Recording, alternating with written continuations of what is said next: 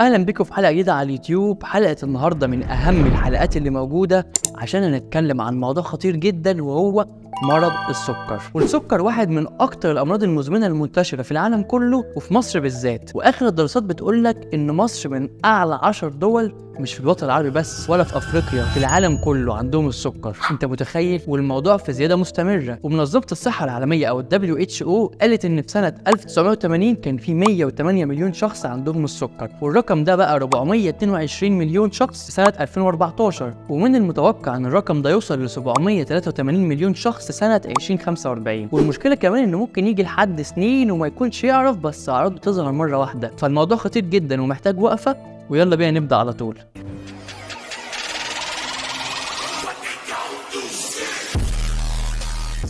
90% من الناس اللي عندهم السكر بيبقى عندهم تايب 2 او سكر النوع الثاني، ومن اكتر ريسك فاكتور او الاسباب اللي بتسببه هو اللايف ستايل بتاعك، العادات اليوميه بتاعتك، العادات الصحيه، الاكل الكتير، قله الحركه، مش بتمارس اي رياضه، التدخين وغيرها كتير زي السمنه. والسمنه بالذات من اكتر الاسباب اللي ما كانتش اهمهم في سكر النوع الثاني. الجينات طبعا بتلعب دور في الموضوع ده، لكن مش زي اللايف ستايل بتاعك والسمنه. وناخد مثال بسيط كده، مثلا حد عنده جينات السكر النوع الثاني ومش محافظ على اكله وبياكل اي حاجه واكله مش صحي ومش بيتمرن حتى اي رياضه وبيدخن، نسبه انه يجيله السكر طبعا هتبقى عاليه جدا. في المقابل بقى حد عنده جينات السكر بس محافظ على اكله وصحته وبيتمرن رياضه ومش بيدخن واللايف ستايل بتاعه مظبوط، خطر او نسبه ان هو يجيله السكر طبعا هيبقى قليل جدا. وكل دي احتمالات احنا بنحسبها ونحطها، لكن كل حاجه في ايد ربنا طبعا. يعني مثلا تشوف حد بيدخن يفضل عايش لحد 100 سنه، واحد تاني يدخن بعد شهر يموت وهو 30 او 40 سنه. ففي الاول والاخر كل حاجه في ايد ربنا، لكن كل اللي علينا ان احنا نسعى ونعمل اللي نقدر عليه بحيث نوصل لاحسن شكل نقدر نوصل له ونحافظ على نفسنا ونوصل لاحسن حاجه واحسن نسخه نقدر نوصل لها. ولو عاوز تعرف تفاصيل اكتر عن الانسولين والسكر بانواعه المختلفه، كنا عاملين عنه فيديوهين كاملين بالشرح، هحط لك اللينك بتاعهم فوق هنا او في الديسكريبشن تحت، ممكن تسمعهم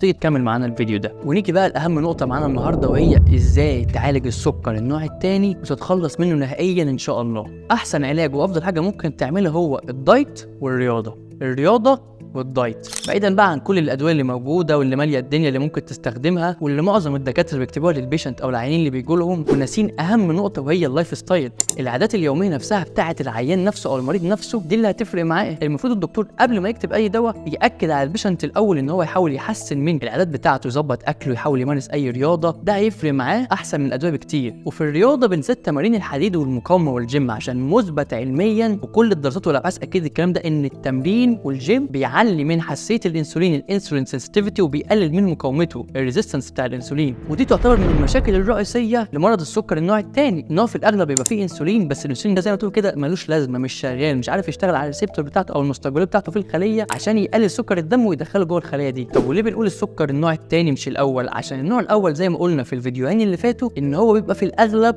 البنكرياس نفسه مش بيطلع انسولين، بيبقى الانسولين ناقص في جسمه فبيضطر ياخد انسولين من بره. لكن برضه التمرين والرياضه وتنظيم الاكل والدايت وتحسين اللايف ستايل هيساعده برضه في العلاج بتاعه. ازاي؟ يعني مثلا لو انت بتاخد انسولين بجرعات معينه، لو بدات تظبط اكلك وتنزل الجيم تعمل رياضه وتحسن اللايف ستايل بتاعك، جرعات الانسولين دي مع الوقت هتقل، ده غير شكل جسمك وصحتك اللي هيتحسنوا ويبقى شكل جسمك حلو جدا. كمان هيقلل لك من خطوره الاصابه بالامراض المزمنه الثانيه اللي بتيجي مع السكر، زي مثلا الضغط، الهايبرتنشن او الاثيروسكليروز، تصلب الشرايين. وزي ما بنسمع دايما ان الضغط والسكر اخوات بيجوا مع بعض على طول، طب هي دي صدفه؟ اكيد لا طبعا، لان مثلا اللي عنده سكر بيبقى السكر بتاع الدم عالي قوي، بالتالي بيأثر على الاوعيه الدمويه ويضغط عليها جامد، بالتالي هيسبب ارتفاع ضغط الدم. وخد عندك بعد كده بقى كل الامراض المزمنه بتيجي معاهم، وخد عندك بعد كده امراض كتير. وبالمناسبه كنا عاملين حلقه كامله عن الضغط بالتفصيل، هحط لك برده اللينك بتاعها فوق او هسيبها لك في الديسكريبشن تحت، ممكن تسمعها. ولو حابب نتكلم عن اي موضوع معين او اي مرض معين او اي مشكله معينه، ممكن تكتبها في الكومنتات ونجهزها ونعمل عنها حلقه كامله. وبكده نكون خلصنا حلقتنا النهارده،